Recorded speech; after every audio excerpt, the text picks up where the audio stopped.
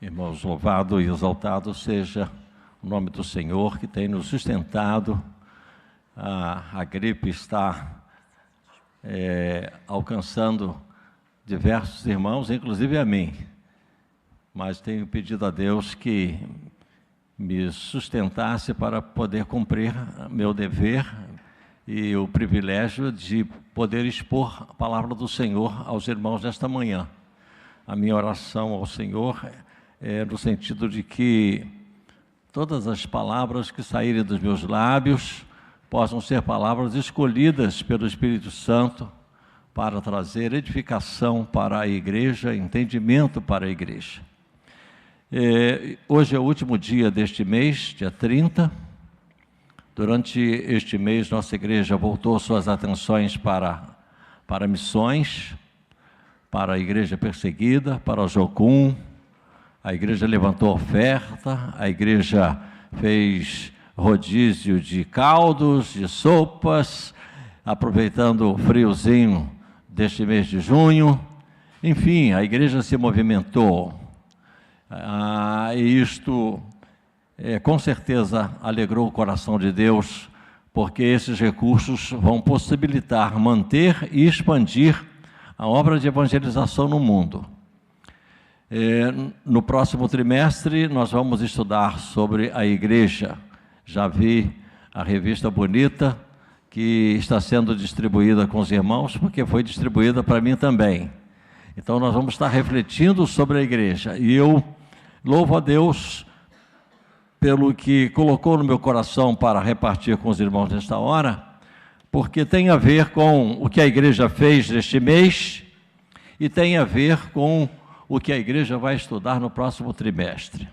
O texto sagrado é Mateus capítulo 28, e os versículos são 18, 19 e 20, que nós já conhecemos de cor, mas esse texto será colocado aqui na tela, e pedimos ao Espírito Santo que possa nos guiar na palavra, de maneira que nós possamos entender aquilo que Deus deseja. Esta palavra que trago para os irmãos é a palavra que o Espírito Santo traz para mim. Eu não estarei pregando algo para os irmãos fazerem que eu não esteja disposto a fazer. Então, pedimos ao Senhor que nos ajude nesta manhã. E aproximando-se, Jesus falou-lhes dizendo: foi-me dada toda a autoridade no céu e na terra. Portanto, ide, fazei discípulos de todas as nações, batizando-os em nome do Pai, e do Filho e do Espírito Santo, ensinando-os a observar todas as coisas que eu vos tenho mandado. E eis que eu estou convosco todos os dias, até a consumação dos séculos. Senhor, teu servo Hernani já me colocou em tuas mãos, e a igreja disse amém. Mas eu falo contigo novamente, Senhor, nesta hora, pedindo que o Senhor me use nestes minutos que se seguem, para que sejam minutos de compreensão, minutos de encorajamento, minutos de ensino da tua palavra para cada um de nós, e que possamos absorver o que a tua palavra tem para nos dizer nesta manhã, na instrumentalidade do teu servo. Em nome do Senhor Jesus, oramos. Amém. Ontem nós estivemos de manhã ali no Memorial do Carmo, no sepultamento do nosso evangelista, diácono Manuel Cícero. Eu nunca vou me esquecer do Cícero. Ele me ensinou umas coisas muito importantes. Ele não tem ideia. Dia 19 de maio foi o último dia que o Cícero veio aqui. Enquanto os irmãos estavam orando em duplas, eu saí lá de trás com o meu celular, tirei uma foto dele orando com o filho ali. É a última foto.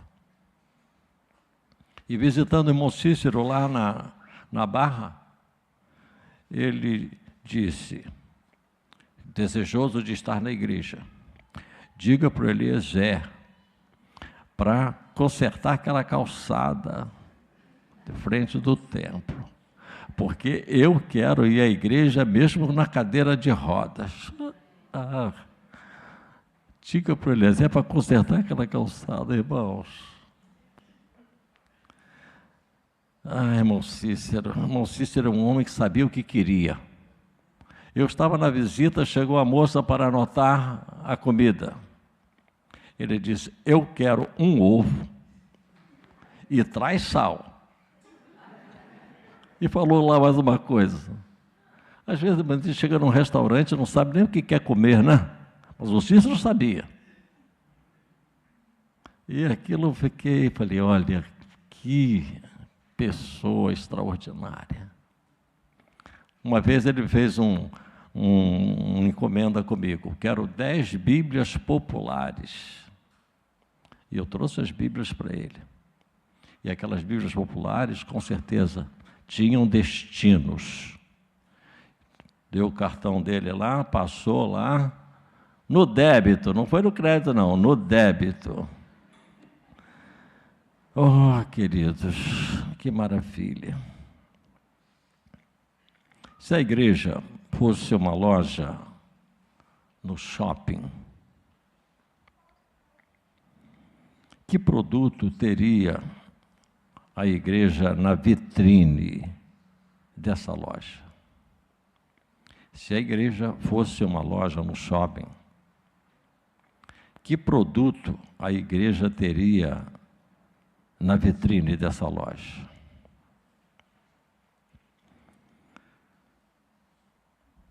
Semana passada assisti a entrevista do diretor-geral de um laboratório, o laboratório Axê. Eu e Marilene ficamos encantados com aquela entrevista no Show Business. E aquele diretor disse, nosso laboratório tem 58 anos de existência. Nós temos 5 unidades produtivas, 5 fábricas. Nós temos 450 profissionais trabalhando em projetos, em novos remédios. Um novo remédio, muitas vezes, leva 10 anos para ser colocado à venda. E falou do investimento da empresa, os promotores de venda, no marketing. E ele nos informou que no Brasil há 90 mil farmácias. E essas 90 mil farmácias têm remédios para abençoar as pessoas. Ele destacou lá que as inovações, as coisas que estão sendo descobertas, hoje nós podemos viver mais, porque existe um remédio que você pode tomar à noite, que vem baixar o teu colesterol, você não precisa morrer mais por causa de problema de colesterol alto, porque além da dieta que você pode fazer, existe um remedinho que você toma à noite que você vai viver mais.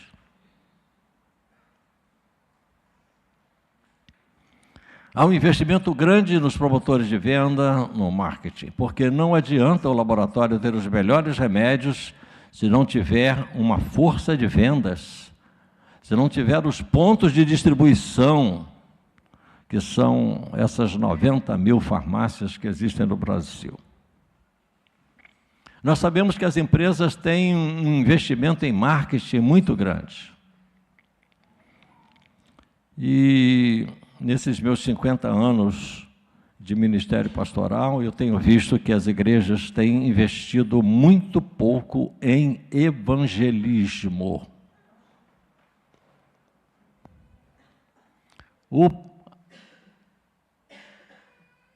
O valor lá no orçamento para evangelismo é um valor inexpressivo. E eu creio que nós temos que pensar sobre isso para a gente poder reverter isto. A Coca-Cola está na nossa cabeça 24 horas por dia. Chega no Natal, é Coca-Cola, chega no Ano Novo, é Coca-Cola, sem Coca-Cola não tem Natal, Ano Novo não é bom sem Coca-Cola. Por que que investe tanto? Porque eles querem que a Coca-Cola esteja na nossa cabeça de manhã, de tarde, de noite, e até sonhando. Tem gente que sonha com Coca-Cola. Então, nós precisamos pensar nessas coisas para poder canalizar os recursos da igreja para a ordem que Jesus deixou com a igreja. Aqui em Mateus capítulo 28, nós encontramos a universalidade da mensagem. Fazei discípulos de todas as nações, não só na cidade de Jerusalém, não só na Judéia, não só lá no meio, lá na Samaria, mas até os confins da terra.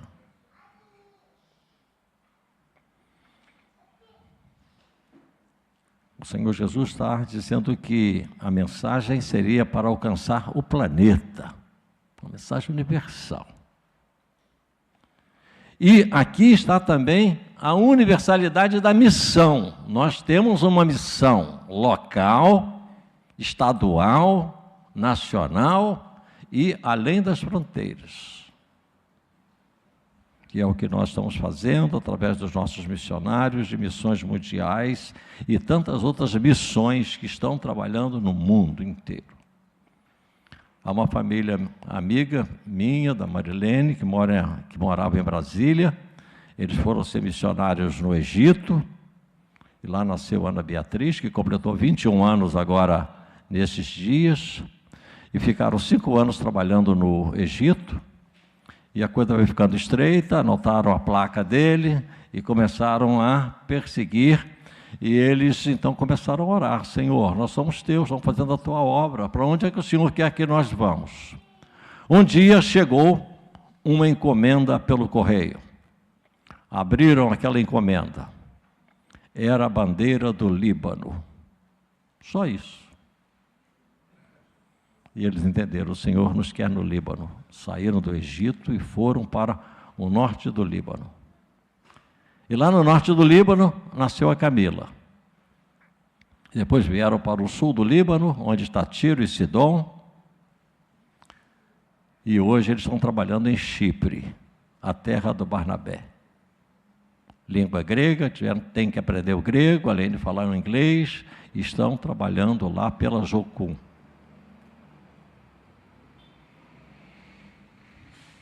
Deus vai usando a sua igreja para que o Evangelho chegue em todos os cantos e recantos. Irmãos, nossa igreja é uma igreja maravilhosa. Eu estou lendo um livro sobre batalha espiritual, e o escritor daquele livro disse que esteve um dia na igreja da Coreia do Sul, que é pastoreada pelo Polang-Shu, que já faleceu. E essa igreja começou com a sogra do Polang-Shu. O horário dele dirigir o culto era 2 horas da manhã. E houve uma vez que ele foi de pijama, porque quando ele viu: estou de pijama aqui dirigindo o culto, 2 horas da manhã. E o escritor desse livro disse que 10.000 pessoas, enquanto era cantado o hino, a congregação toda calma, bebendo aquele hino. Daqui a pouco, aquelas 10.000 pessoas se levantaram, orando ao mesmo tempo. E o escritor diz que percebeu uma onda de poder de Deus, com 10.000 pessoas orando ao mesmo tempo, e alguns oravam e gesticulavam, como se estivessem em batalha espiritual, lutando contra o inimigo. nós estávamos no nosso momento de oração, estava orando lá atrás com o Edgar, eu me lembrei disso que eu li no livro. A nossa igreja está levantando também uma onda poderosa de oração, algo que vai passeando pelo coração da igreja, vai colocando por terra as angústias, as tristezas, as preocupações, as ansiedades, a presença maravilhosa do Senhor no meio da igreja.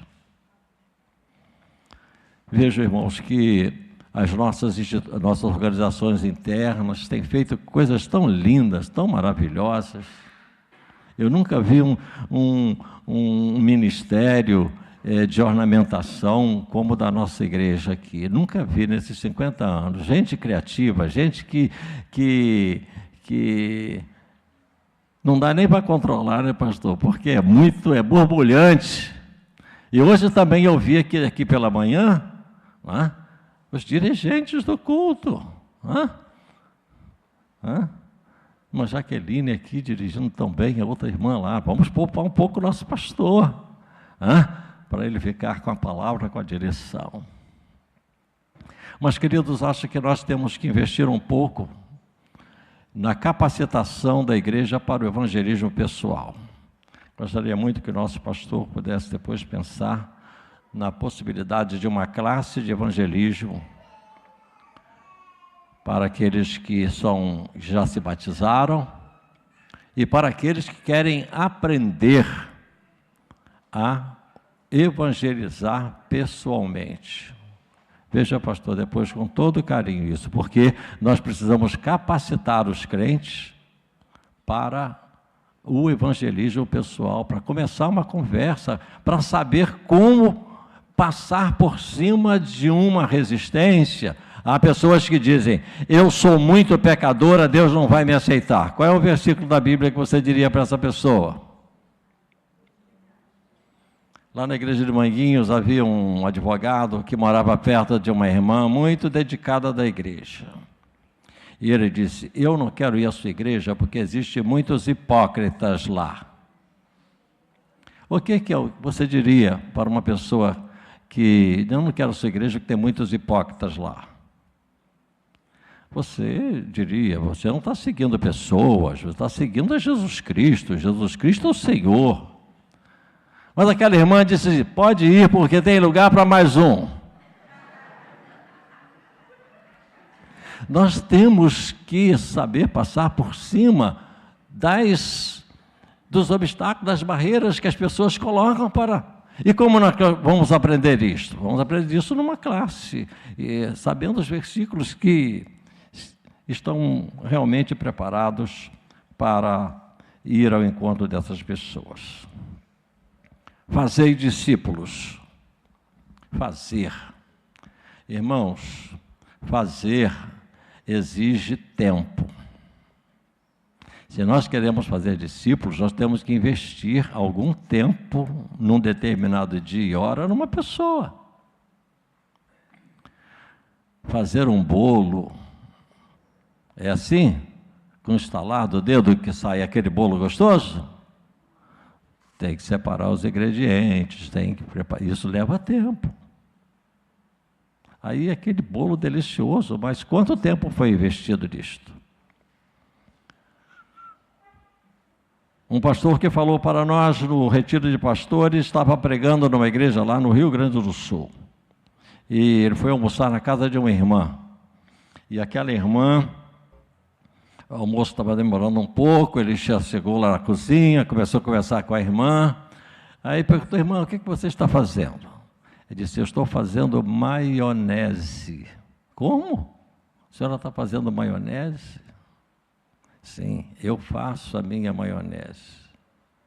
Compro os ingredientes todos para fazer a maionese. A gente compra ali no supermercado.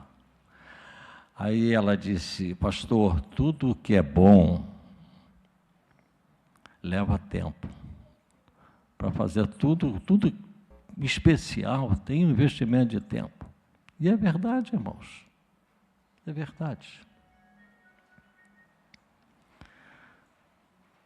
O apóstolo Paulo, que foi chamado pelo Senhor Jesus para ser o apóstolo aos gentios, o grande evangelizador, não só da Ásia, mas da Europa. Ele, no caminho para Damasco, quando ele ia prender os cristãos, o Senhor apareceu para ele. E o apóstolo, ele usava a seguinte estratégia: os judeus se reúnem no sábado. Ele então, como judeu, estava na sinagoga. E na sinagoga, quando a palavra era franqueada, ele levantava a mão. Creio que seria assim. E ia provar que, demonstrar que Jesus Cristo era o cumprimento das profecias. Então Paulo fez discípulos conterrâneos seus, argumentando, mostrando, expondo. E temos os relatos, e muitos passaram a crer em Jesus Cristo, muitos aderiram à fé, através deste trabalho que Paulo fez. Fazei discípulos. O que é um discípulo? Discípulo é uma pessoa que experimentou um novo nascimento, a transformação da sua vida, mediante a pregação, porque muitos se convertem ouvindo a pregação e é feito o apelo, vem à frente.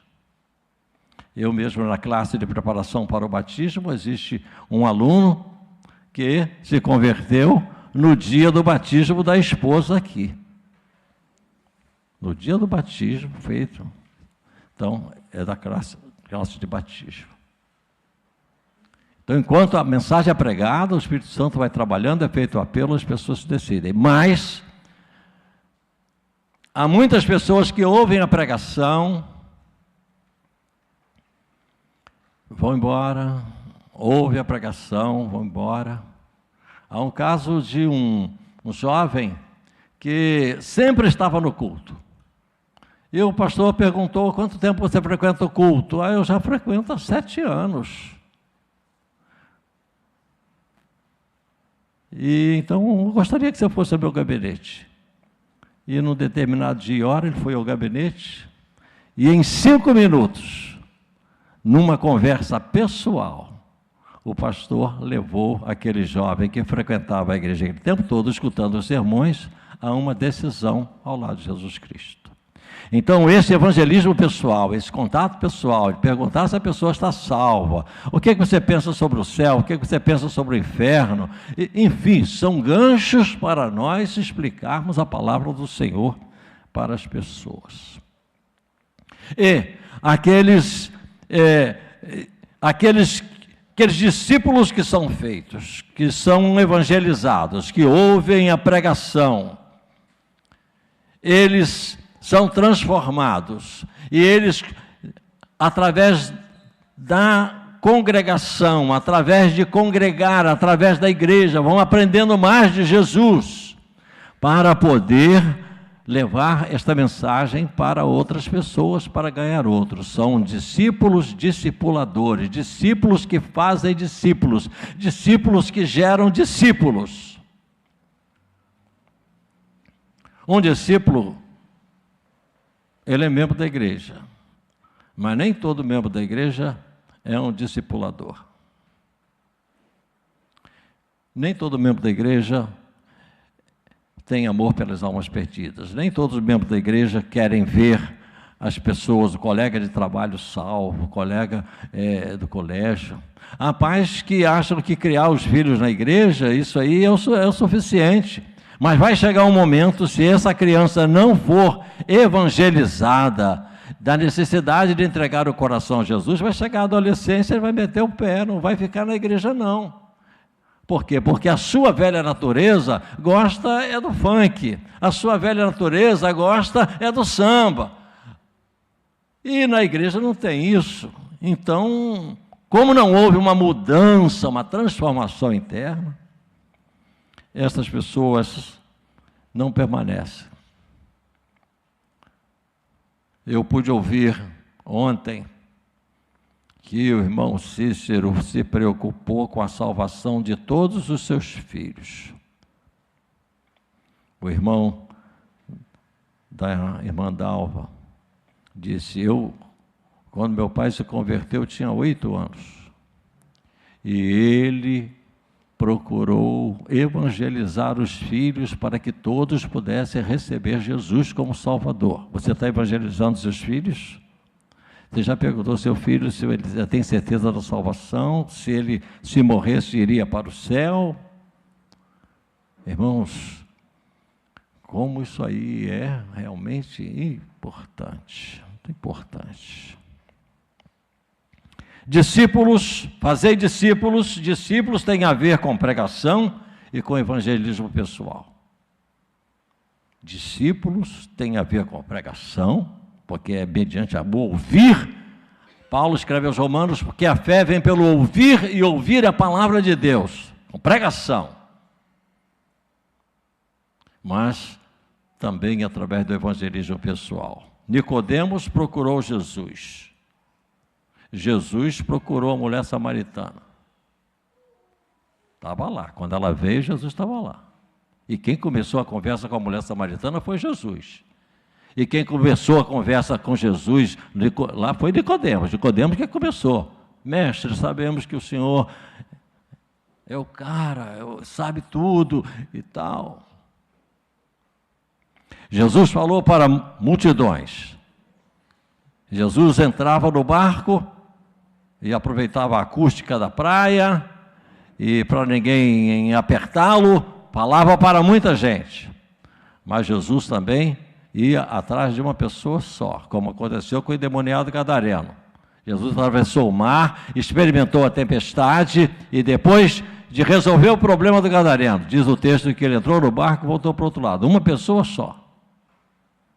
Agora, o que aquele ex-endemoniado realizou foi algo realmente tremendo, extraordinário.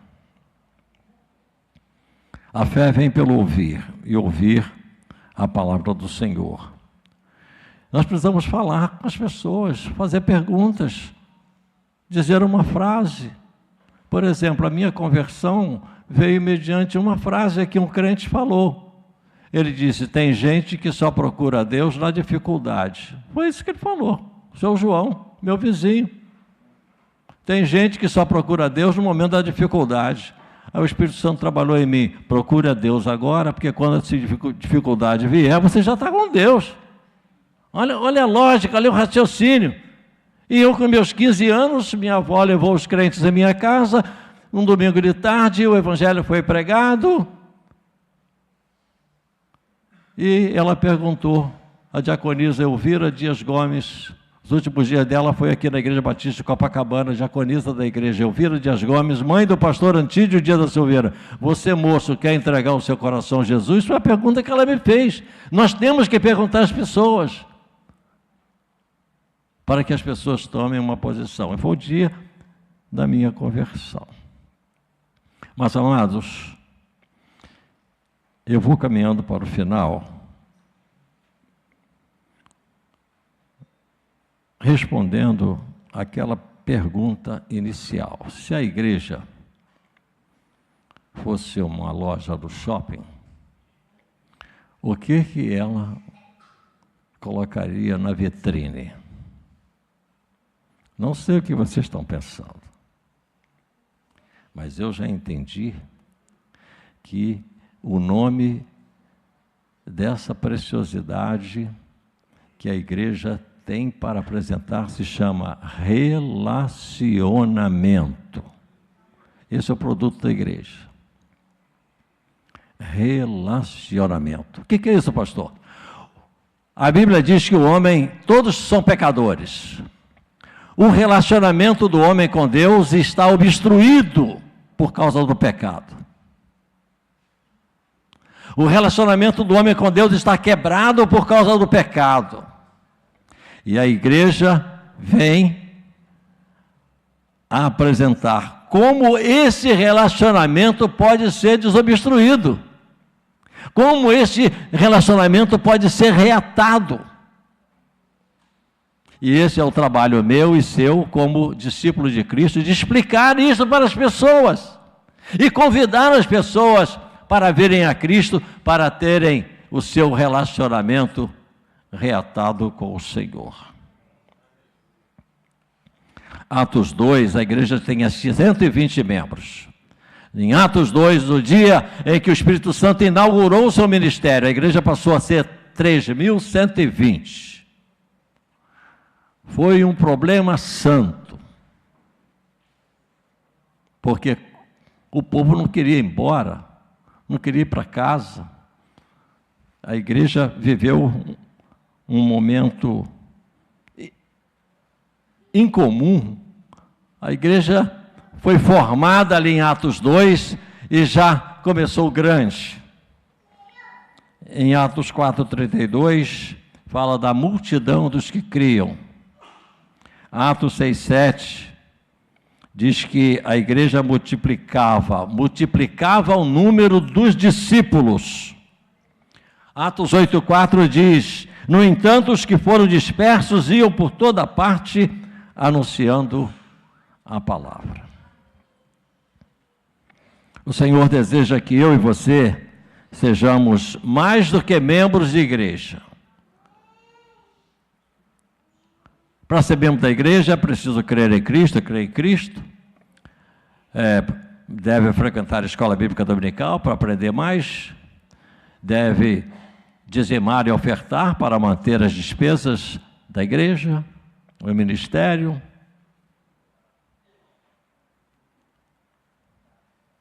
Nós estamos vivendo dias de crentes clientes.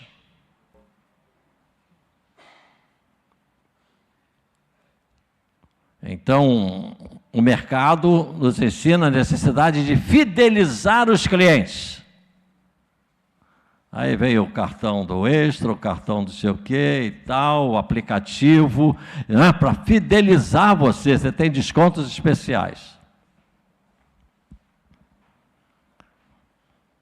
Então, a igreja oferece um ambiente bonito, com ar-condicionado, com todos os recursos possíveis, e o cliente dá o dízimo, a oferta, tem o estacionamento onde colocar o carro. Parece uma troca de empresa com os seus clientes, clientes com a empresa. Mas a igreja não é isto. A igreja é a geração eleita, o sacerdócio real, a nação santa, para que anuncieis as virtudes daquele que vos chamou das trevas para a sua maravilhosa luz. E eu vou caminhando para o final, dizendo que nós precisamos que o Senhor nos ajude a apresentar esse produto que a igreja tem, chamado relacionamento. A comunhão pode ser restaurada através da pessoa de Jesus Cristo. Agora eu tenho que abrir meus lábios, eu tenho que orar, eu tenho que procurar saber a palavra, quando vierem as dificuldades, as objeções, mas a palavra de Deus diz assim, a Bíblia orienta assim. Se você acha que os seus pecados são muitos, a Bíblia diz, ainda que os vossos pecados sejam vermelhos como a escarlata, eles se tornarão brancos como a neve. Ainda que os vossos pecados sejam vermelhos como o carmesim, eles serão como a branca lã. Vou mostrar a palavra, está aqui, lê aqui. Não sou eu, é Deus que está falando. Então, ainda que seus pecados sejam muitos, eles podem ser perdoados. Ainda que seus pecados sejam antigos, podem ser perdoados, e os novos também. Vamos nos capacitar para fazer isso, irmãos? Vamos nos capacitar? Há livros sobre evangelismo pessoal. Lendo mais o Novo Testamento, especialmente o livro de Atos. Lendo mais o Novo Testamento. Vamos devorar esse livro. Vamos comer esse livro. Vamos ter fome desse livro, para que a gente tenha uma palavra de Deus para alguém. Pedindo a Deus para vencermos a inibição. Vencermos a inibição. Parece que Satanás nos trava para você não compartilhar a verdade do Evangelho. Você se assenta no ônibus ao lado de alguém, não é? E você quer falar, você quer conversar um assunto, mas você não começa, e às vezes aquela pode ser a última oportunidade de você falar de Jesus para aquela pessoa. Ousando fazer perguntas às pessoas.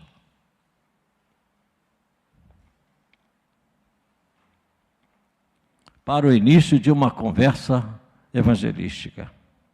Orando por pessoas que querem, que você quer levar a Cristo. Anote o nome dessas pessoas. Faz a etiquetinha, coloca no espelho, lá onde você penteia o cabelo.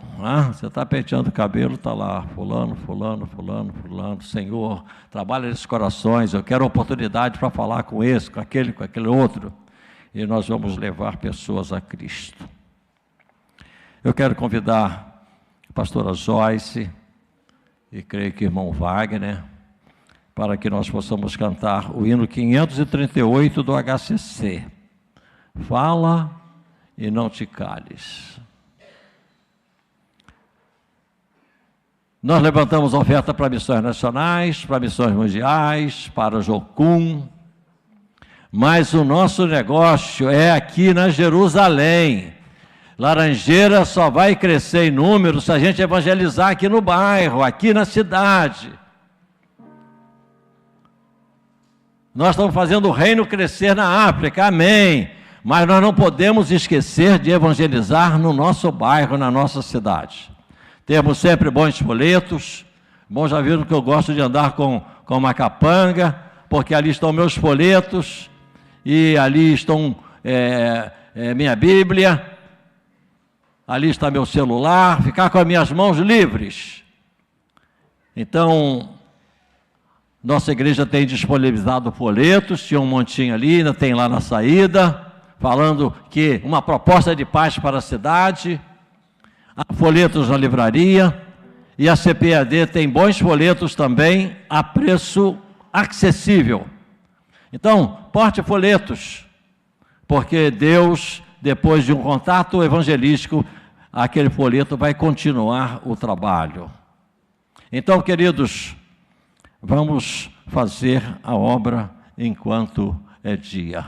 A noite vem, quando ninguém mais pode trabalhar. Irmão Cícero trabalhou enquanto pôde. Agora ele não pode evangelizar mais. Mas eu e você podemos falar de Cristo, podemos levar pessoas a Jesus.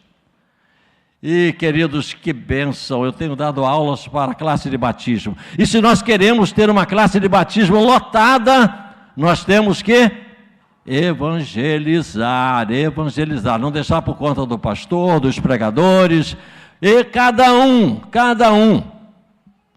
assim como há 90 mil farmácias vendendo remédio no Brasil, cada um de nós esteja levando o remédio para a alma, que é o Senhor Jesus Cristo.